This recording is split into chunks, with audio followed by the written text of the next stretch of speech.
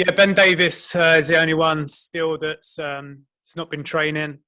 So Tangi and Lucas didn't train for the majority of last week and only trained the day before the match. But this week we've had a fully fit squad apart from Ben Davis. Just given the way they play, how do you even begin to prepare for a match against Leeds? Listen, they have a very unique way of playing. I'm sure it's exciting for the neutral and for their supporters, but we have to focus on ourselves. Yes, they'll pose certain problems and certain situations that might be different to other teams, but we can't worry too much about them. We're ready. We have an idea of how they're going to play and the problems they might cause, but we'll also cause them problems. It's important that we focus on that. 2 wins out of 2 in the league so far. If you can continue this run, maybe even sneak into those top 4 places, should you be considered for the role full time? And do you actually want it? I think that's all hypothetical. If we win, if we do this, and I've said all along, my focus, my only focus is on the next game. I'm really not silly enough to start thinking ahead of certain situations. My mind has to be on this game tomorrow. And then once that game's out of the way, my mind will be fully focused on the next one. And that's all I have to say on that matter. Okay. Gareth Bale's agent yesterday said that he's overcome an unnecessary tough ride at Tottenham, but now he's happy and he's enjoying his football. Can you give us an insight into what you've done to help bring that about and what Gareth has done as well? So I can only go off the back of the last 2 weeks from what I've seen from Gareth. Obviously, I experienced playing with him as well. He's a top professional with immense quality. These last 2 weeks in training, he's been excellent. Obviously, he's produced on the football pitch as well. That's 4 goals in 2 Premier League matches. So he's happy and I'm happy. And that's important. As players, we have to be happy to perform to our best. And I think at the moment, you're seeing Gareth close to his best. Are you being a little bit modest though, Ryan? What have you done with him to help bring this about?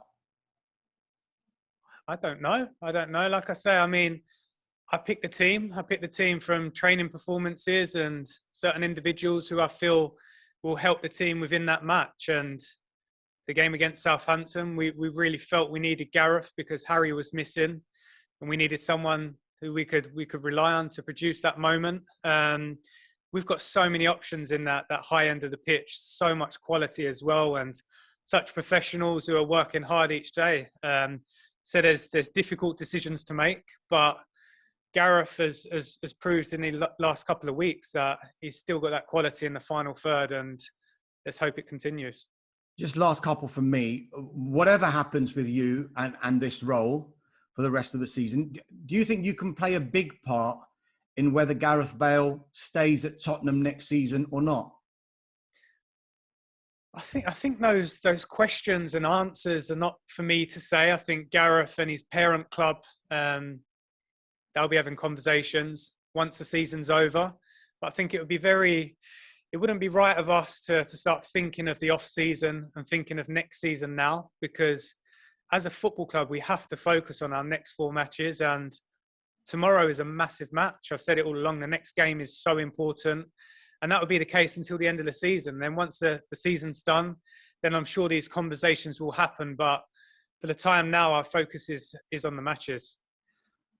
Jose Mourinho wasn't out of work for very long. He's already got a job for next season with Roma. What was your reaction to that? Were you surprised that he's back so quickly? And have you had any communication with him since you've taken the job at Spurs? No communication, but good luck to him. Hope he's a success out in Italy. Thank you. Thanks, Damish. George. Thanks, Simon. Hello, Ryan. Ryan, you've been in the job a couple of weeks now. Just wonder, have you got the bug of management? Do you enjoy it? Listen, I love football. I've said all along when I retired, I knew I'd stay in football because I have a passion for it. It's been my life, my whole life. I have a passion for helping people, and that's why I was coaching the youth team, the 23s, the younger lads. It is a passion. Football's my passion. So at the moment, I'm working in football, so I'm happy. Do you think possibly, whatever happens at Tottenham, it's obviously there's a place for you, but down the line you'd want to manage on your own somewhere else, at another club maybe? I'm not thinking about other clubs at the moment. I'm not thinking about 2 years down the line, 6 months. I can't. It's football. You can't do that. 2 months ago or 4 weeks ago, if I started thinking ahead of where I'd like to be or where I thought my pathway that I hear so often in football might take me, it doesn't work like that. I've been involved in the game long enough to know football doesn't work like that. So I'm enjoying the moment. I'm enjoying what I'm doing now, and my focus is on the right now. It has to be. My energy has to be to try and help the team and help this football club over the next 4 matches. You're enjoying it at the moment, but what's the bit you don't enjoy the most? I don't know. I can't really answer that question, to be honest. There's immense pressure, which there should be. It's a case of not enjoying it, but then also enjoying it, because when you represent this football club, there has to be pressure because it's a big football club. I'm enjoying the moment. Of course I am. There's a big game tomorrow for this football club. I know I keep saying it, but it is so true. And my mind, my focus, my energy has to be on that. I can't deviate from that, because then that's not healthy for me. It's not healthy for anyone. So my focus and my energy is on the match tomorrow. Thank you. Good luck. Thanks, George. Vicky Sparks. Hi, Ryan. Good to see you. Just Hello. wondering, as a young coach, albeit from a distance, are there things that you take from looking at a manager like Marcelo Bielsa and the way that he approaches the game? I think as a coach, regardless of how old you are, you look at other people. Of course, you learn things, you learn what to do, and then also what not to do as well sometimes. So I think in football, in life as well, you can't stop learning. You can't stop trying to take things and implement them with yourself if you believe that that's the way to do things. So he's an experienced man. He's been in football for a very long time. He's done a fantastic job at Leeds last season. He's done incredibly well this season as well. But listen, I'm my own man as well. There's so many different coaches that have different ways of working and different beliefs, and you have to be unique. You have to know yourself and know what you believe in. Otherwise, the messages won't come across as organically and as real. So I look at a lot of people, of course I do, but then I also have my own beliefs. And how would you sum up those beliefs then? I guess in a nutshell, the style of manager that you want to be and the way you approach things. Probably like any manager, I want to win football matches. I want to help the team. I want to help people get better, because I think footballers, no matter how old you are, you still want to improve. So I think that's important as well. And to try and create a good environment where people feel like they want to come in and work. And I think that's important. And we've also seen more clarification, hopefully, of fans being able to come back for the final home game of the season against Aston Villa. Just how good and how emotional will that be? It's been a long time coming. Yeah, amazing.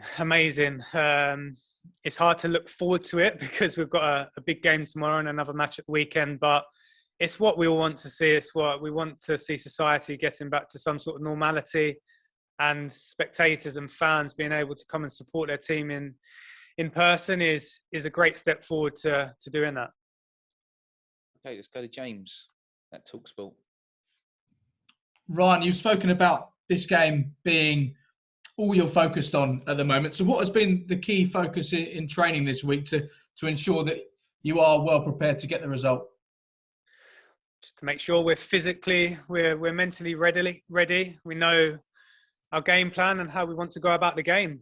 We've had 6 days to do that. We've had a couple of days training, a couple of days working. We've been in the classroom as well. So yeah, the focus is on the game, and we'll be ready. We'll be ready to go and compete and hopefully get 3 points.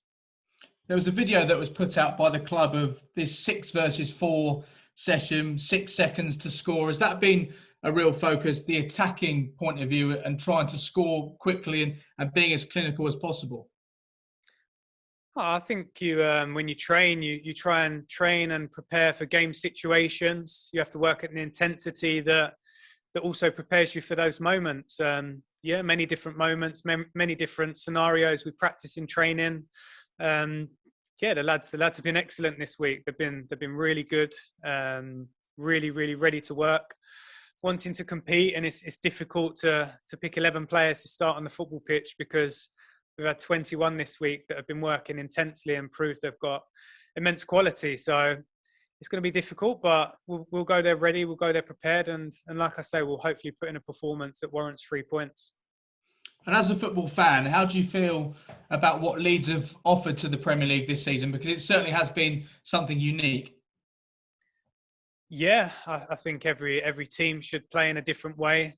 They should bring something different. Otherwise, it'd be quite boring if everyone played the same way. I think that's the beauty of the Premier League. You've got so many different styles, so many different beliefs, and so many different challenges as well. And I think that's why the Premier League's the most watched league in the world. And also it's the most difficult league to win, and difficult league to win matches in. So listen, he's done incredible. He's done a great job last season. He's done a very good job this season as well. So tomorrow will be a proper test, and we're looking forward to it. And just finally for me, Dele Alli started just his 3rd Premier League game of the season at the weekend.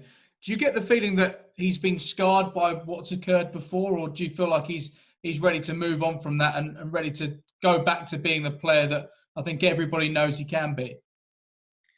No, I can only take Dele and the rest of the players for what I've seen in the last 2 weeks.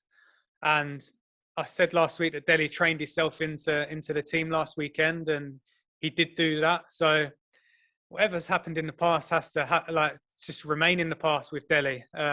As footballers, as people involved in football, and I think in life as well, you have to live in the moment. You have to live in the here and now. Dele, along with the rest of the group, have shown me that they want to work, they want to compete, and it's been a good environment to work in. So Dele's been excellent. Thanks, James. Jonathan Ville. Hi there, Ryan. As previous managers had a fairly close relationship with the chairman, sort of spoke every day with him at the training ground. I was wondering what your sort of relationship with him is like, and what sort of things you're discussing if you're talking to him every day. No, I've always had a very good relationship with the chairman. As a player, I've returned as a coach, and then he's also given me this responsibility to lead this football club. So yeah, we speak. He's a good man. He cares immensely about this football club. He wants what's best. And we have a good relationship. Obviously, you are focusing on the games, but has he hinted that you've got a chance to sort of put yourself in the frame if you do well over these next few weeks? All we've spoke about is the next game. It really has been the next game or the game that's coming up. It has to be. I've said all along, there can't be any thought of what's going to happen in the summer, what's going to happen next season, because then you take your eye off the moment. And the moment, the next game is important for the football club. It's important for me. It's important for the players, the fans, the chairman, everyone. So our focus as a football club is on that at the moment. And a couple of weeks ago, you said you weren't getting much sleep. Are you able to get a bit more rest now? Yes, I feel good. I've got lots of energy. I feel good. I'm sleeping. Yeah, I feel okay. Okay, I'm going to go on to Ali Gold, then we'll finish with Dan and Jerry. Ali. Hey there, Ryan. You mentioned Lucas and Tongi not being able to train last week. Can I just ask exactly what it was that was stopping them from doing that? Yeah, so Lucas picked up a knock in the cup final. It was just a knock. It was a bony thing, and just needed a few days to settle down. And then also Tangi had a bit of a muscle problem, so he only trained a day before the game. But they've trained all week. They've had no problems. No one's had any problems this week apart from Ben, who hasn't trained. So that was the only concerns last week. But this week there's been no problems at all. And can I just ask you, UEFA announced this week that each national squad will be able to have another 3 players. I think it's 26 to the Euros. Does that give an added, I know they shouldn't really need any more motivation, but can that give a little bit more motivation to the likes of Dele, Harry Winks, even Sergio Reguilon, players that haven't been in their national teams recently? I'm not sure. It's difficult for me to answer that question because I don't know what's going through their heads, but you don't get in your national teams if you're not performing at your club teams. So the focus, the mindset has to be on to compete in training and hopefully earn a place to start at the weekend or start with your club team, and then everything else will take care of itself. Sasha, you mentioned obviously Delhi's training and how good he'd been. Did he give you everything you asked for in the game? Absolutely, yes. I think it was clear to see he was 100% committed. He helped us regain a lot of second balls. He run a lot. He opened a lot of space in for the other attacking players, and most importantly, he had a lot of energy, and he felt good, which is pleasing. But like I've said all along, there's so many players that are competing for these positions. There's real competition. I think we've seen that this week in training. Everyone's had the right mentality, and yes, it's difficult to pick a starting 11 because there's so much quality. Thank you. Thanks, Ellie. Dan? Hey, Ryan. Marcelo Bielsa is often said to be a massive influence on Mauricio Pochettino. I'm wondering, did Mauricio ever mention Marcelo? Have you ever had a conversation with Mauricio about him? And even though there's a kind of degree of separation there, do you feel like because Mauricio's influenced you, you've probably got quite similar ideas to Marcelo? Potentially, I'm not sure. Of course, I know Mauricio had a relationship or has a relationship with Bielsa. He was in his book. He spoke about him. But I feel like I learned a lot of Mauricio. Absolutely, yes. So many things, so many good things on the football pitch and off the football pitch. Mauricio has the connection with him, and I have the connection with Mauricio, of course. But also, I believe that I view the game in certain ways that might be different to Mauricio as well. So it's important as a football person, you have your own views. Yes, there'll be people that influence you and you take stuff from them. But yeah, I also have my own views. Mauricio is a great man.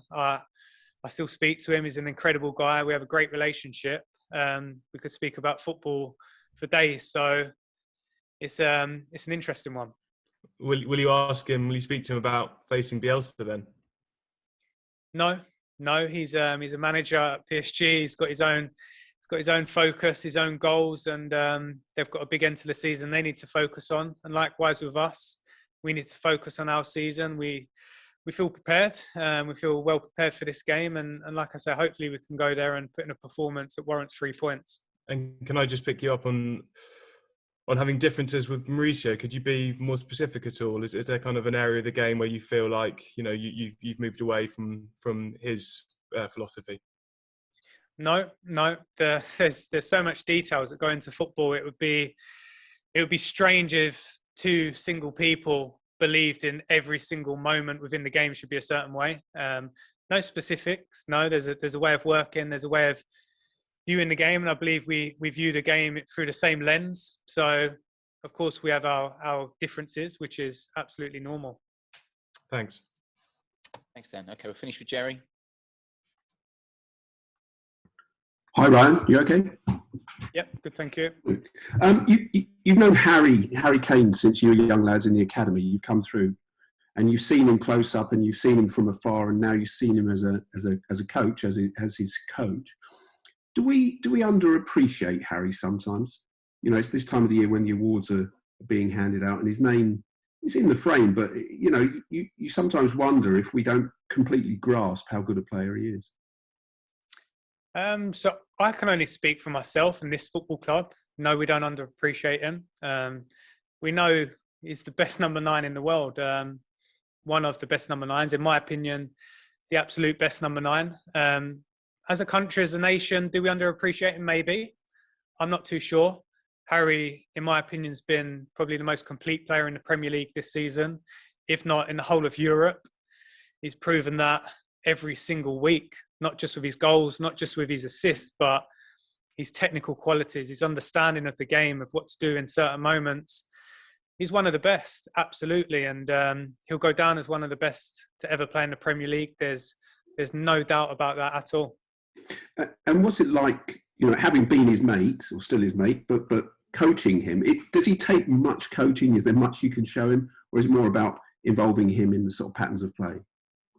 Yes, and I love Harry. Everyone loves Harry here. He's he's one of the most professional guys I've ever come across. As a player, it was amazing to be around. Yes, he's one of my best mates, but at the moment, seeing him work, it's no different to what I've seen over the last 15 years.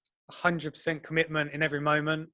He wants to learn, he wants to improve, and I think that's why you've seen him remain so consistent over the last 5 or 6 years in his goal scoring and his performances, because yes, he's one of the best, but he's also wanting to learn. He's also wanting to improve his game. He works at his game, and listen, there's no doubt Harry's one of the best players in the world. Fantastic, thanks.